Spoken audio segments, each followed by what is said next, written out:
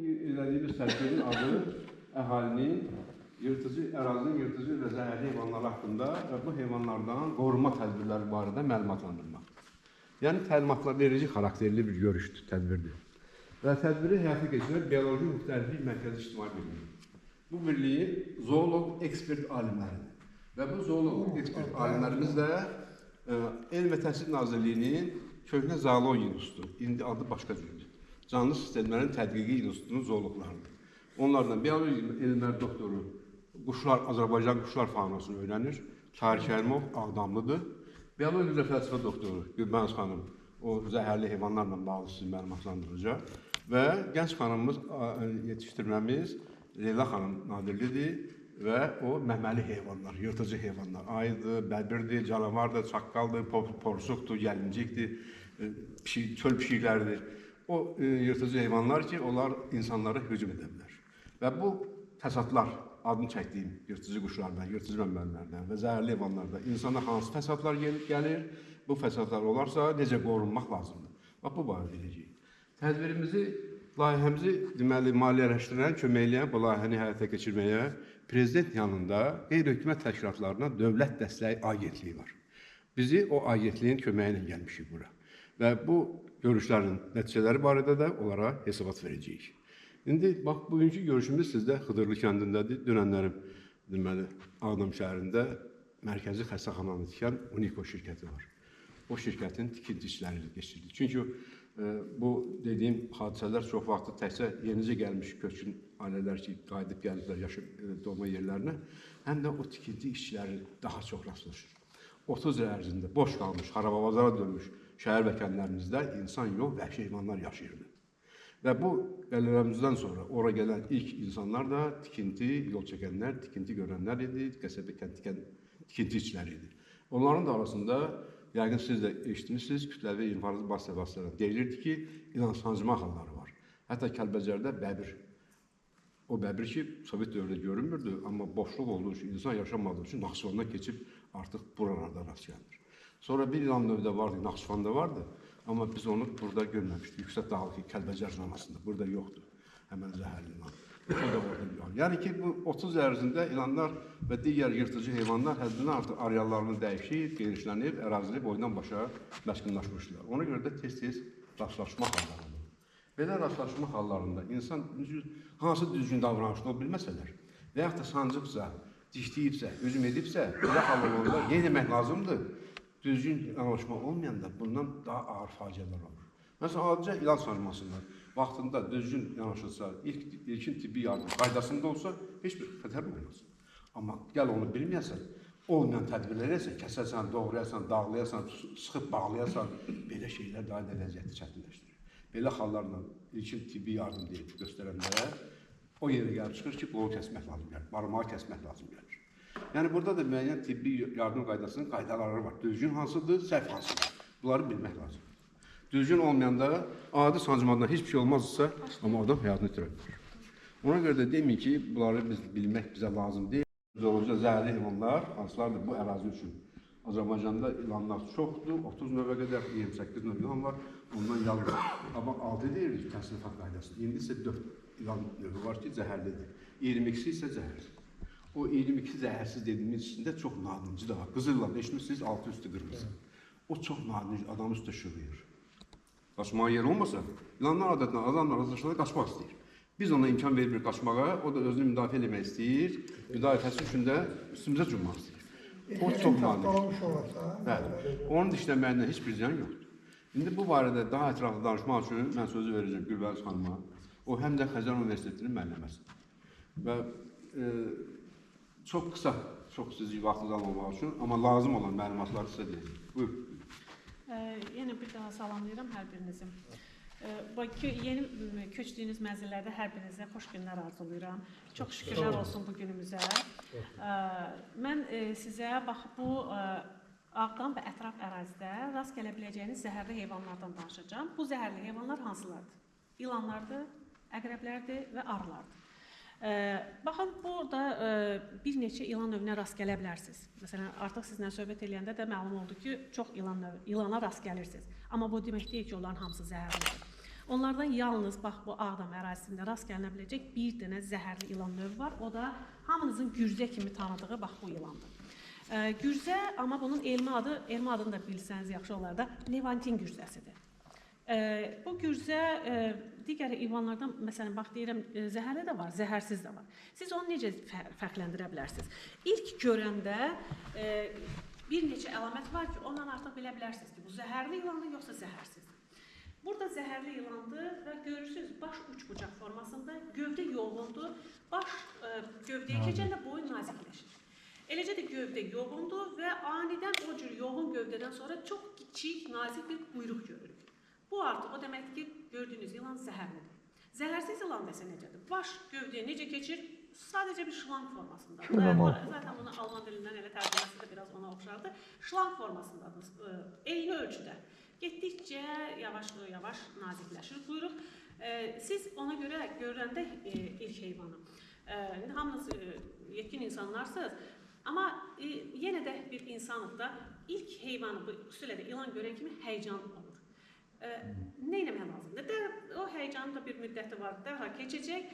Diqqət eləməlisiniz ki, gördüyünüz zəhərlidir, yoxsa zəhərsizdir. Bax, bu dediyim əlamət artıq biləcəksiniz, zəhərlidir, yoxsa zəhərsizdir. Yaxşı, zəhərli ilanla rastlaşmısınızsa nə etməlisiniz? Və yaxud da onu açıq sahədə, yoxsa qapalı yerdə görmüsünüzsə nə etməlisiniz? Mən sizə əvvəlcə deyim ki, onlar ümumiyyətlə bu zəhərli ilanlar gizli həyat tərzi keçirir. Mən danışacağım əqrəblər olmayacaqdır. Ona görə, məsələn, burada artıq həyat edirlər. Nə tövsiyə olunur? Siz ümumiyyətlə ahərək ağac görən yoxdur. Bunlar çox gözəl dırmanabilir. İlanlar əksəriyyəti çox gözəl dırmanabilir. Bax, məsələn, onlar dırmanırlar və ağac budağından, bəzən görürsən ağac budağı evə yaxındırsa, oradan evə daxil ola bilirlər. Ən yaxşı ağacları budamaqdır ki, evə bir təmas olmasın. Və yaxud da ki, nəfəsliklər var. O nəfəslikləri torla bağlamaq lazımdır. Və yaxud da ki, açıq qapını bir müddət sakit halda qapını açıq qoymaq olmaz. Gözünüzlə yayınar və o dediyim kimi gizlənmək onsuz da bir yer axtarır. Yayda sərinləmək üçün, qışda isə isinmək üçün o bir gizlin yer axtarır. Qapalı yer axtarır. Qapı açıqsa bir göz qırpımında sizin xəbərin olmadan girəcək içəri. Və yaxud da ki, maşının özün. Uzun müddət maşının qapısını açıq qoyub getmək olmaz, maşına daxil olur. Dəfələrlə bizə müraciətlər olur, maşının içindən çıxır. Bu bilirsiniz nədir? Yəni, yenə dediyim kimi ilk anda həyəcan yaradır və bu nəqliyyat vasitəsini idarə edəndə mütləq bir fəsad yaranır. Bu hallar baş verməsin deyə maşının qapısını örtmək, evin qapısını örtülü saxlamaq ən yaxşı variantdır. Yaxşı, biz sizin bunlarla rast gəldinizsə nə etməlisiniz? Açıq sahədə ona rast gəlmisinizsə, valla, əslində bu təbiət həm onlarındır, həm bizimdir. Biz deyə bilmərik, çıxın gedin bir dəfəlik buradan. Onların getməsinin uzun fəsadları var. Onları bir kəlmə ilə deyə bilərəm. Onları bayaqları verdik. Onlar yoxdursa, gəmiricilər yoxdur. Gəmiricilər yoxdursa, sabah quşlar yoxdur. Quş yoxdursa, həşərat artacaq olur. Deməli, əgər əldən sancıbsa, qoldan, bu 10-15 dəqiqə şişəcəkdir. Təsəvvür edin, çiyinə qədər şişəcəkdir. Və sonra 2 saatda bu təxminən bütün bədəni şişəcəkdir. Nə etmək lazımdır? Dərhal üzük, saat, qolbaq, nə var? Tez bunları çıxardırsınız həmin adamın üzərindən və çoxlu bol maye verirsiniz.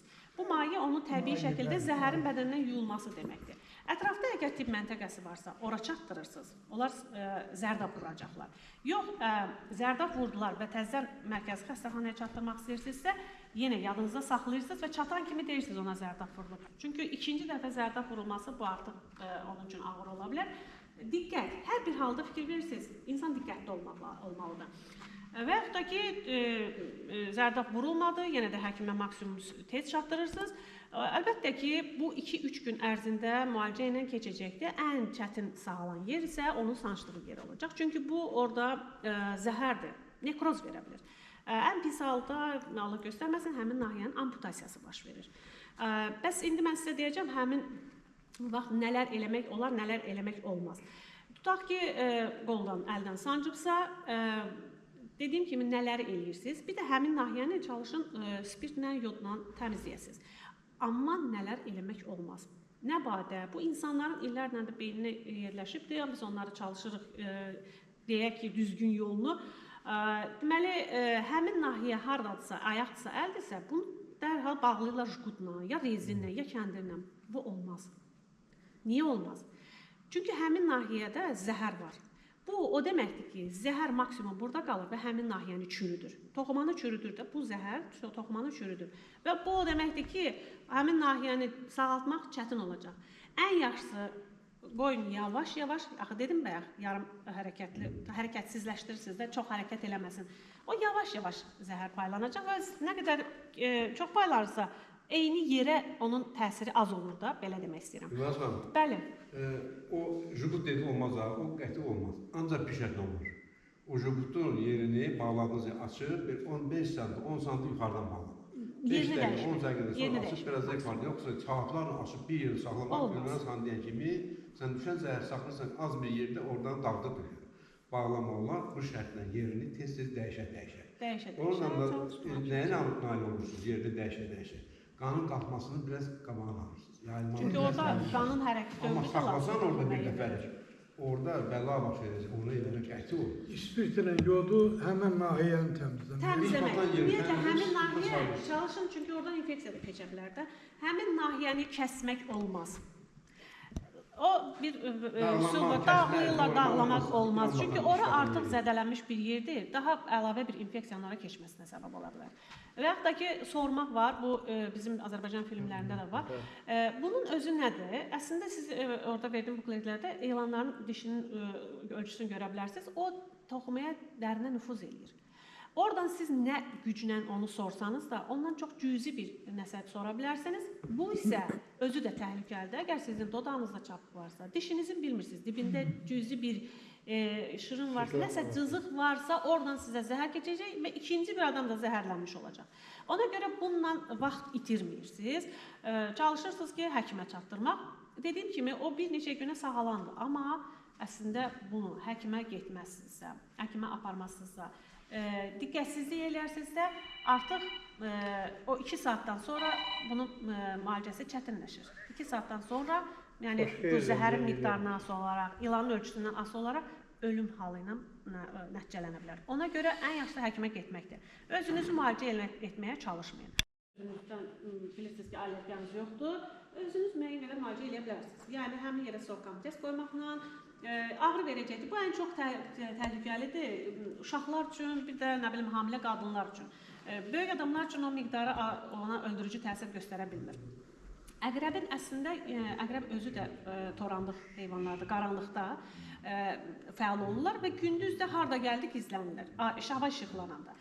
Bu ən çox harda olur? Həyət evləridir, tikintidə də dəfələrlə müraciətlər olub. Biz ümumiyyətlə bu tədbirləri bizə olan müraciətlər əsasında hazırlamışıq. Nələri ən çox insanlar rastlaşır, hansı hallarla?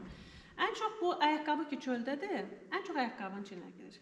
Hava işıqlananda ayaqqabının içinə gizlənmək üçün yerdir də. Ona görə ümumiyyətlə həmişə ayaqqabını geyinəndə silkələmək. Əgər çöldən hardasa köynəyinizi, pencəyinizi asmısınızsa, geyinəndə orada ağrı və yaxud da ki, hansısa bir dediyim kimi bir başqa ağrı növü olması silkələyin. Silkələmək, ayaqqabını çevirmək və yaxud da ki, dediyim kimi uzun müddətsə həmin yerdə deyilsinizsə, yatacaqsınızsa bir yatağınızı açıb diqqətlə baxmaq yatmamışdan əvvəl. Dediyim kimi, bu sancarsa elə də öldürücü halından nəticələnmir, amma ağrıdan necədir? Ağrı, burada rast gəlinə biləcək ağrılar, məsələn, bal ağrısıdır, kağız ağrısıdır, it ağrısıdır. Bunların fərqi nədir? İndi bilməm, burada ağrı saxlayan var, yoxsa yox, başlamayıblarsa yəqin ki, nə vaxtsa olacaq da. Deməli, bu bal ağrısı o birisi ağrılardan fərqi nədir? Bunlar biraz aqressivdirlər. Siz heç nə eləmədən sizi gəlib sanca bilərlər. Niyə? Tərin hissini onun qıcıq gəlir, xoşlamır. Parfüm, bilirsiniz, bəlkə də ağrıcılıqla məşğul olanlar bilir ki, onlar nə badə ətirdən istifadə edirlər. Onlar, bax, bu iyyə qıcıqları var, ona görə həmin adamı sancırlar. Və sancanda nə baş verir? Bunların zəhərinin qoxusu digər arıları ora cəlb edir. Bir arının sancması elə qorxulu deyil, allergiyanız yoxdursa. Yox, əgər eyni o arı sancandan sonra sizin üzərinizə bir 20 arı birdən sancarsa sizi, bu artıq təhlükəlidir. Çünki dedim axı, onun miqdarı məsələsi var. Öyle olduğu halda yenə siz həkimə müraciət eləməlisiniz. Sizi allergiyaya görə və s.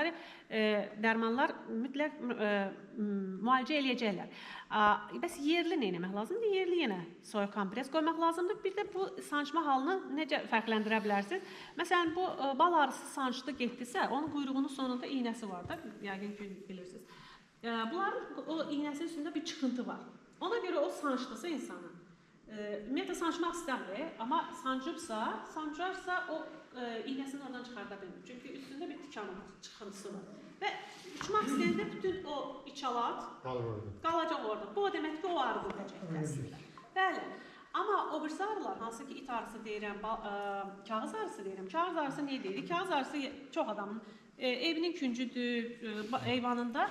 Orada belə kağıza oxşayan, onlar nə edir? Ağacın gövdəsini qaşıyır, tücəyə ilə birləşdirir və belə pətək qurur özünə. Ona görə kağız deyirik, kağız ağrısı deyirik.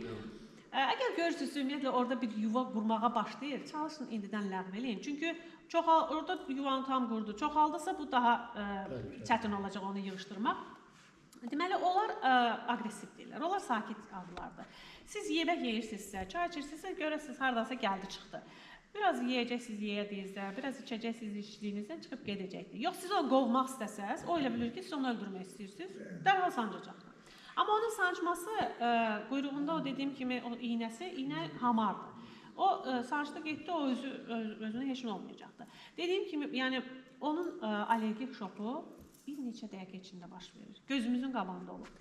Həmən yıxıldı adam. Yəni şok verdi. Sonra əlbəttə təcili yardım çağırdığı, amma ki bu sürətini demək istəyirəm sizə ki, necə sürətlə baş verir. Özünüz bilirsinizsə, artıq özünüzü çalışın, ətrafınızda heç bal arısı deyilsə, saxlamırsınızsa, o birisi arıların yuvasını ləğv edəsiniz. Mən sizə deyəcəklərim bu qədər. Ümid edirəm ki, xətasız qalasınız, həvəsləsiniz burada. Təvəbbət kitabından yazır ki, neft məhsulları arı çalan yeri. Mən 20-30 il bundan qabaq onu oxumuşam. Bugün də belə yaz olanda bir zadı qabda salyarkanı qoyuram bura. Arı sancan kimi, deməli uşaq arı saçmadı. Baronu batırıb üstünə vuran kimi nə şişmir, nə də dıylanır. Qatıq da biz əvvəllər yazmışıq. Yox, neft məhsulu. Təvəbbət kitabında var. Ümumiyyətlə, arının saçması... Şəxsən mən onu 20 ildə, 30 ildə onu təcrübədə... Ümumiyyətlə, ora bir qatığın tərkibindəki də o məhsul sakitləşdirmək, bir kompres. O neft məhsulun özündən də kompres kimi istifadə olunur da bilirsiniz. Amma nə dərəcədə təmizdir onu bilmirsiniz. Çünki o sancıbsa, orada artıq açıq deşik var da, açıq toxuma zədələnibdir. Ən yaxşısı təmiz şeylərlə. Su ilə yuyursunuz, elə bu şeydə də, əqrəbdə də belədir, su ilə yumaq və onsuz da o keçib gedəcəkdir. Onun uzun müddət orada şiş qalması mümkün deyil. Bir müddət ora kompres qoysanız keçəcək. Kompresi isə siz istifadə eləyirsinizsə, o bilirsiniz də, onun təmizi var da. Ən təmiz hansılardır? Təyyarədə istifadə olunan deyil, benzinlər. Əgər təmizliyindən arxain deyilsinizsə, onu o açıq yaraya vurmayın. Açıq yara, bu artıq ora nəyisə keçə bariyerdir də, dəri özü bir bariyerdir. Orada artıq zədələnibdir həmin ayı. Ona görə orada xüsusi bir də məsələn, hansınsa orada iynəsinin qalma ehtimalı olur, müəyyən qədər sıxa bilərsiniz. Yenə də kəsmək olmaz. Kəsmək, zədələmək olmaz. İynənin orada çıxması, çünki iynə orada qalarsa, nə baş verir? Arı getdi, yoxdur, amma hələ zəhərin oradan daxil nüfuz etməsi davam edir. Yəni orada varsa birlikdə davam eləyir, bəli. Zəhəri davam eləyəcəkdir. İndi mən sizə bunları deyirəm, amma hər birinizin yəqin ki, özünüzün də bir təcrübəniz var da, necə bu vəziyyətlərdən çıxa biləsiniz. Neftimi sürtəcəm, 30 ildir də onu eləyirəm. Bir də onu əlavə eləməsiniz. Nə şişir, nə bir şey. Arı, ümumiyyətlə, əgər kimis allergiyası yoxdur, apiterapiya deyilən bir şey var. Apiterapiya arı ilə terapiyadır. Yəni insanlar var, onu dərin müəyyən nahiyələrinə qoyurlar, sancır və amma bu dediyim kimi allergiyası olan adam üçün təhlükədir. Siz olsa götürəsi qoyulursunuz, təcrübədən keçirmişsiniz, effektiv görürsünüz. Yox, təvəbbət kitabından götürmüşəm və onda sizin kimi alimlər yazır. Olar, tətbiqi mümkündür. Dediyim kimi təmizdirsə, təmizliyə əminsinizsə istifadə edə bilərsiniz. Yəni, əgər təcrübənizdən də xüsusilə də keçirtmişsinizsə. Yarın gəlməyinə vurmasıydı. Bəli. Elə bax, orada da təcili xəbər eləmək lazımdır. Ya qoymaq qalsa öz-özünə sağlayacaq, o təhlükəlidir. Təhlükəlidir. Çox belə pis vəziyyətə düşür. Hamı özünü təhlükəsizliyi qoruyur. Məməllər haqqında məlumatlar verməyə, yırtıcı məməllər də birisi hansılardır. Dəvirdən, canavardan, çaqqaldan, tülküdən tutmuş, porsuğa qədər, gəlinciyə qədər, indi deyəcək hansı heyvanlardır. Buranın da xarakterik məməlləri var. Burada ayı olmur, əlbəttə, dəvir də olmur. Burayı üçün xarakterik canavar, tülkü, çaqqal və başqa yırtıcılar da onlar haqqında danışacaq. Siz də axırda sualınızı verərsiniz. Buyur. Leyla xanım. Leyla Nadirli. Bizim ən gənc alimimizdir, teriolog alimdir. Teriolog, yəni zoolog məməliləri öyrənən alimdir. Həm də Bakı Dövlət Universitetində dərs deyir, müəllimədir. Mən də hər birinizi salamlayıram. Bugün sizə yırtıcı məməlilər haqqında və onların insana törədə biləcəyi, yəni zərərlər və göstərə biləcəyi faydalar haqqında sizə məlumat verəcəm. Ümumiyyətcə bu Ağdam ərazisi üçün, yəni müəllim qeyd etdiyi kimi tülküdür, çaqqaldır, canavardır, çöl pişiyi, vaşaq, ən çox yəni bu heyvanlar, porsuq, hər biotopda rast gəlinən heyvanlardandır. Bir də kirpi var, qoğu kirpi.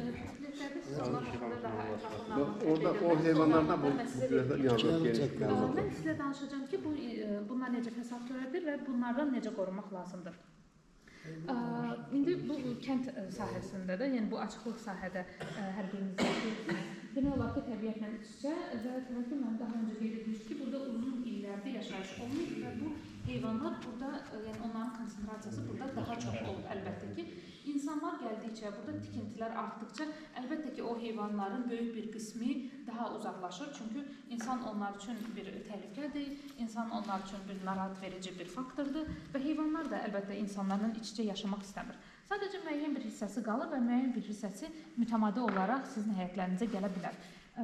Ümumiyyətcə, yırtıcı heyvan, nəinki də, yəni heç bir heyvan insana durduq yerdə hücum etmir. Əksər hallarda, yəni siz də bəlkə sosial şəbəkələrdən görmüsünüz ki, ayı insana hücum etdi, canavar insana hücum etdi və yaxud çaqqal və yaxud digər yırtıcı heyvan.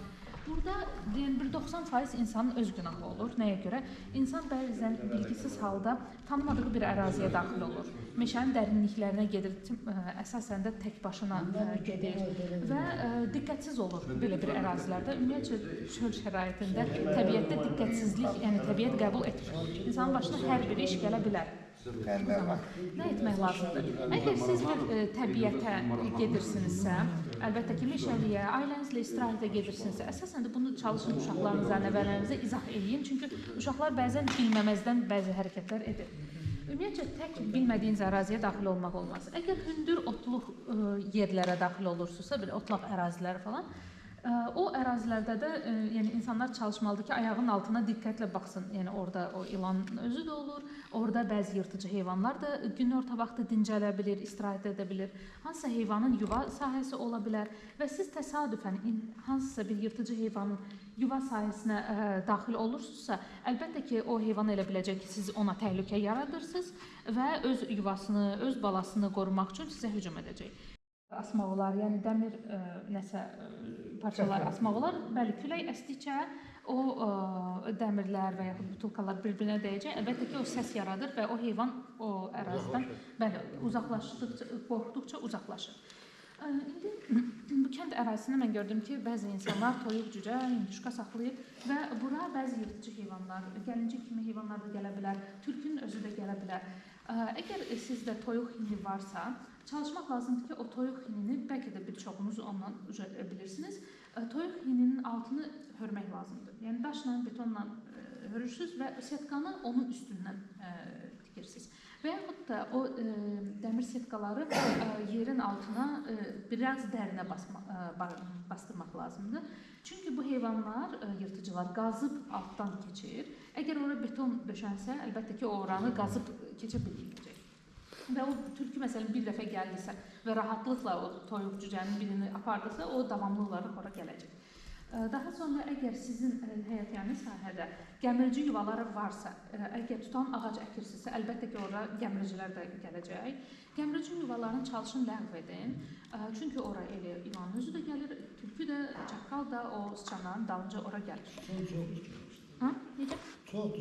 Bəli, yəni onlar da o yırtıcıların yemidir, yəni onlar da onun dalınca gələcək. Ona görə də biz tövsiyə edirik ki, hamısı onu yeyir, yırtıcı quşlar da onu yeyir. Yəni ona görə o sıçan yuvalarını ya bastırasınız, ya tutmaq lazımdır, ya dərmanlamaq lazımdır. Daha sonra əgər çalışmaq lazımdır ki, həyətyanı sahəni səliqəli saxlamaq, yenə də zibil qalıqları uzun müddət qalmasın, tikinti materialları varsa həyətdə, onlar uzun müddət qalmasın. O tülkülərin özü o tikinti materiallarının altında bəzən yuva qazıb girir. Yəni Bakının özündə də bu var, eşitmiş olarsınız. Bu heyvanların ən böyük törətdiyi fəsad odur ki, onlar quduzluq xəstəliyi keçirir. Bəzi insanlar quduzluq xəstəliyini yəni çox belə ciddiləşdirmir və ciddi yanaşmır buna. Amma quduzluq xəstəliyini adi, yəni bəsit gördüyümüz bir kirpi belə o xəstəliyi keçirə bilər. Əgər sizi belə vəhşi heyvan dişləyibsə, cırmaqlayıbsa və yaxud onun ağzının suyu gözə, ağız hissəsinə düşübsə, yəni bu heyvan bilirsinizsə quduzdur, dərhal onsuz həkimə gedirsiniz. Amma siz onun quduz olub olmadığını bilməyə də bilərsiniz. Ona görə hər halda həkimə müraciət etmək lazımdır. Əgər məsəl üçün əlinizdən heyvan dişləyib və yaxud cırmaqlayıbsa, o nahiyəni 10-15 dəqiqə ərzində bol su ilə və sabunla yumaq lazımdır, spirtlə dezinfeksiya etmək lazımdır və dərhal yönəlirsiniz bir xəstəxanaya, tibb məntəqəsinə və s. və deyirsiniz ki, məni filan heyvan dişlədi və yaxud cırmaqladı. Sizə mütləq şəkildə peyvənd vurulur. Yəni bu peyvənd məsələsini uzatmaq lazım deyil və gözləmək lazım deyil ki, görün mənim başıma nəsə gələcək ya yox. O virusun inkubasiya dövrü var və o inkubasiya dövrü insanın immunisitetindən asılı ola bilər. Dişlək sahəsindən asılı ola bilər və yaxud məsələn boyun nahiyəsindən dişləyibsə o inkubasiya dövrü daha qısa ola bilər və virus daha tez yayılır, beyninə daha tez çatır. Məsələn ayaqdan dişləyibsə biraz daha gec ola bilər. İnsanın yaşından asılı ola bilər yəni də və dişlək sayından asılı ola bilər ki, sizin neçə dəfə dişləyir, neçə yerdə dişləyir. O virus əgər bədəndə yayılırsa, insanda sufril temperatur əmələ gələ bilər. Yəni boş yer olmadı. Çox yaxşı oldu, çox xoş. İndi durub, axırıncı söhbətimizi eləyəcəyik.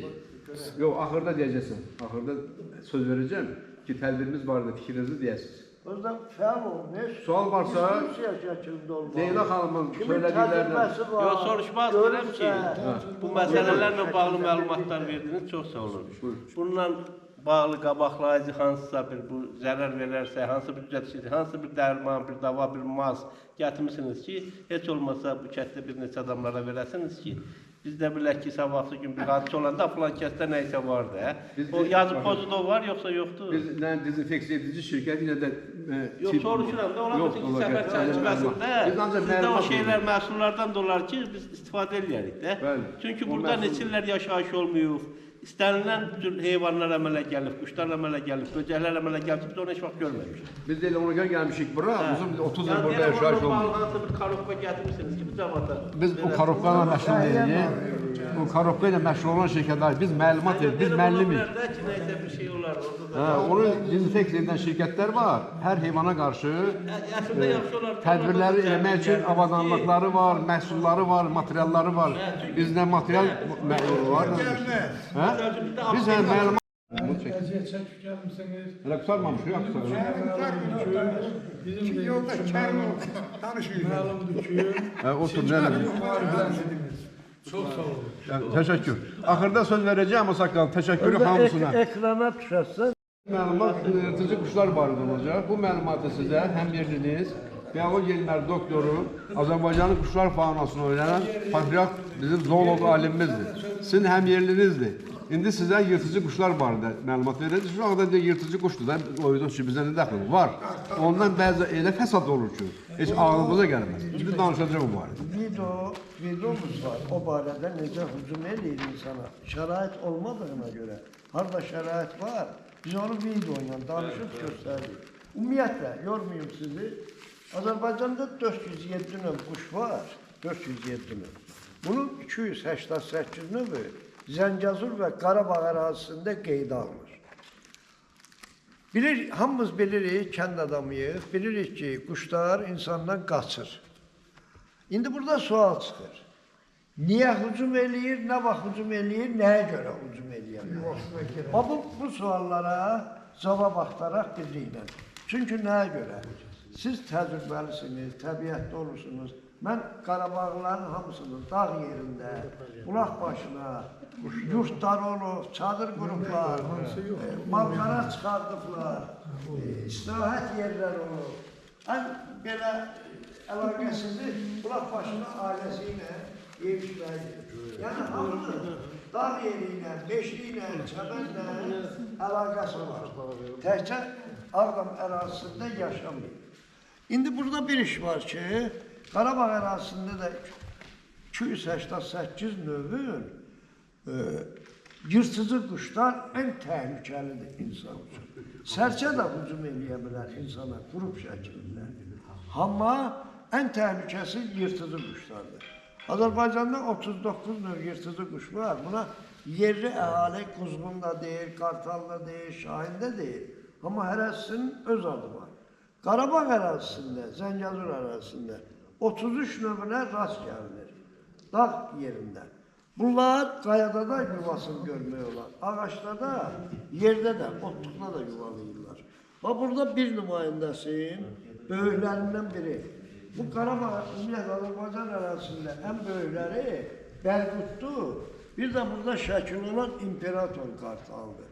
Bütün dövlətlərin gerbində olan Qarabağ xanı, Pənahlı xanın da gerbində iki başlı. Çünki bütün dünya İranın, Tiflisin, Almaniyanın muzeylərində böyük Rus rəssam Avropalıların çəkdiyi Şuşalı gəncin Şahinlə ov eləməsi səhnəsi. Laçın ərazisi Şahinlə ov yer olub. Varlı adamların. Kasıblar isə o Şahini yetişdirib bir sənət kimi öyrədib satırmışlar. Yəni Qarabağ ərazisində bu yırtıcı quşlarla əlaqə ilə Laçının adı onunla əlaqədərdir ki, Şuşa bəyləri prezidentimiz 2 il bundan qabaq ərəblərlə bir yerdə Laçının ərazisinə Şahin buraxdı. Onu da televizorda göstərdi. Yəni o ərazi onlar üçün yaşayış üçün xarakterikdir. İndi bunlar niyə təhlükəlidir və nə zaman hücum edə bilər?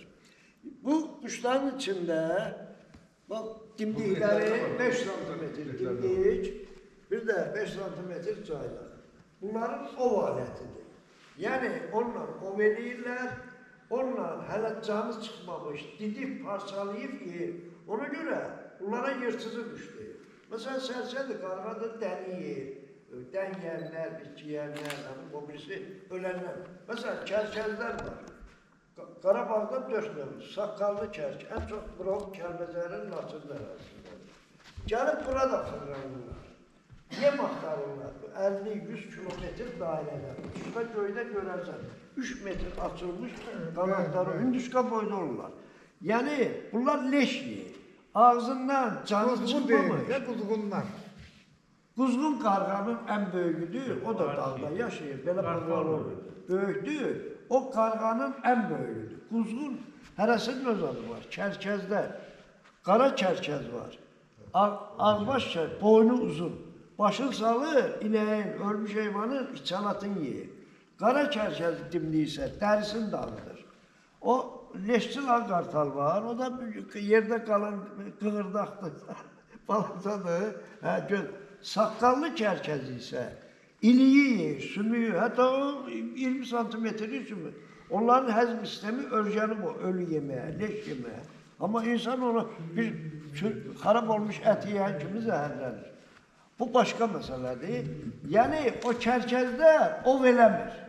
Onlar ancaq, mən özüm görmüşəm.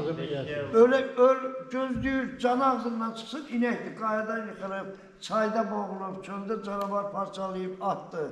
O ancaq leş yeyir, 4 növdür.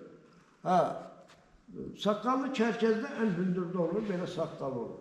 İndi nəysə, amma bunlar nə vaxt hücum eləyə bilər? Dediyim kimi, Qarabağ cəmaatı təbiətlə əlaqədədir. Hamının yaylağı, çadır yeri, bulaq başı, istirahət, gedirlər. Bilmirik, çöldə, yerdə bunların yuvasına da rast gələ bilərik. Əgər insan bunların yuva sahəsinə daxil oldusa, 50 metr, 30 metr yuvasına yaxın hücuma məruz qalacaq. Niyə? İnsan da bütün canlılar öz yuvasını, balasını, yumurtasını qoruyur. Bu təbiətin, Allahın ona verdiyi bir reaksiya, instinktdir. İndi ona görə hücuma məruz qalma olar. Bu yırtıcı quşlar niyə təhlükəlidir? Qarabağda 33 növ var. Bax, o caynaqla dimdik. Məsələn, Şahin bilirsiniz. Bunlar şırğıyırlar. Surətli. Şahinin surəti 1 saatda 306 kilometrə çatır. Sonra bunun özü Bərqutdur budur. 300 kilometr surətli. Ən balacası Ən kiçiyi 80 kilometr sürətlə şığıyır ovunun üstünə. Şığıyanda da həmişə ovunun üstünü marala geçsin, istəyir canavara, istəyir insana, arxa baş hissəyə gəlir, arxa tərəfdən. İndi video yoxdur ki, biz orada göstərək. Oturmuş adam, çöldə olan adam, gəzir, çiçək yığır, bunun yuvasına, balasına yaxınlaşıb, arxadan gəl. Çünki bütün canlıların ən zəif yeri baş hissədir. Damarlar buradadır. Arxadan gəldi, Şahinin özü video var. Göydə o boyda durunanı veya ördəyi, göydə caylağı ilə nə cür vursa başı qopur. Bu belə şəraitdə insanın birisi istəyir ilana rast gəlsin, istəyir əqrəbə, o vaxt insanın gözü böyüyür. Müdafiə yaddan çıxır. Gəlir deyir ki, orada əjdaha gördüm. İlan deyir, 1 metrli ilan. Əjdaha gördüm. Traktora bağlamışdılar, güclə dartırdılar. Yəni, indi bu balaca əqrəbi də, quşu da hücumu görəndə, bir növ insan özünü itirir. O, müdafiə reaksiyasını cəmləyənə qədər artıq gec olur. Təbiət bunlara da o şığımağı, o cəhdliyi verib ki, enerjini azı itirsin. Onu, özdə bunlar 10-15 gün ac qala bilir. Yəni, yemi az olduğuna, çətin əldə olduğuna görə. Ona görə də, bax, təbiətə çıxanda bir növ, indi yaşlı insanlar kimi, ensiklopedi biliyi çox olan, həyat təcrübəsi çox olan insanlar kimi, o cavan nə, uşaqdır da, cavandır, qaçır orada çiçək yemağa, nə bilim ağaçdan nə qopartmağa. Elə ki, avtobusda, maşından düşən kimi qaçırlar ora-bura. Yəni, bir növ, bax, belə öncədən bu biliyi onlara biz öyrədəndə, İtki də az olur, ziyan az olur. Həmi təbiətə ziyan az deyir. İndi, məsələn, bu vəhşi heyvanlar çox olan yerdə ki, deyirəm, işləyirlər mütəxəssislər. Mədənlərdə, arxeologlar, nə bilim, bunlara güclü aparatlar var. Neçə desiballıq səs verirlər, səs. O səs 2-3 kilometrdə o heyvanı qorxuzur, yaxın gəlmir. Elə aparatlar da var. Yəni, insan bu təhlükələrə qarşı müxtəlif vasitələr istifadə ediblər. Məsələn, həyətyanı təsərrüfatlardan bilirik. Qırğı gəlir, ay qoyma cücən apardı.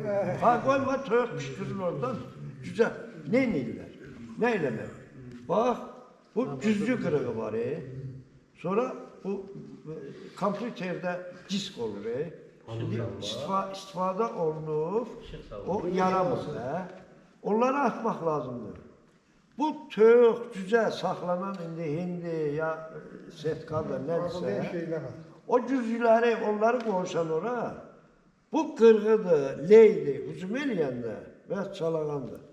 Onlar o parıltıdan çəkinirlər, hücum eləmirlər. Və yaxud lent bağlayırlar, lent, 1-2-3 dənə. O bayramlarda asırlar, bayraq kimi. O toyuq-cüzə gəzən yerdə, it-pişik gəzən yerdə asırlar onu. O qızıl quş kimilər hücum eləyə bilmir oraya. Qanat 3 metrdir, manevr eləyənmir.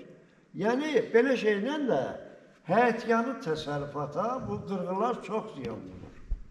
Bir kətçi kimi mən də, cüzəni, elə olub ki, qusarda. Gedib yuvasına ateş açıb, öldürəcəm, mənim 7 dənə hündüşka balamı aparıb. Çıxardıb, bir şey, sallah deyilmə. Sənin hündüşkan çöldə nə işi var ki, o da onu orada tutap orada. Yəni, belə şeylər insan ziyan görür, xeyirdə görür. Təbiətdə Allah Teala heç bir canlını təsadüfi yaratmıyor. İnsan üçün hamısı xeyirlidir iqtisadi cəhətdən. Amma onu öyrənəndə görürsən ki, hamısının xeyri var. Onu nasıl istifadə eləmək. Nə qədər çox təbiət haqqında məlumatımız olsa, həm onları qoruyarıq, həm özümüzü qoruyarıq. Diqqətinizə görə sağ olun. Buradan da məlumatlarımızı yekunlaşdırırıq. Nəsə sözünüz deyən varsa buyursun. Sağ olun. Sağ olun. Sağ olun.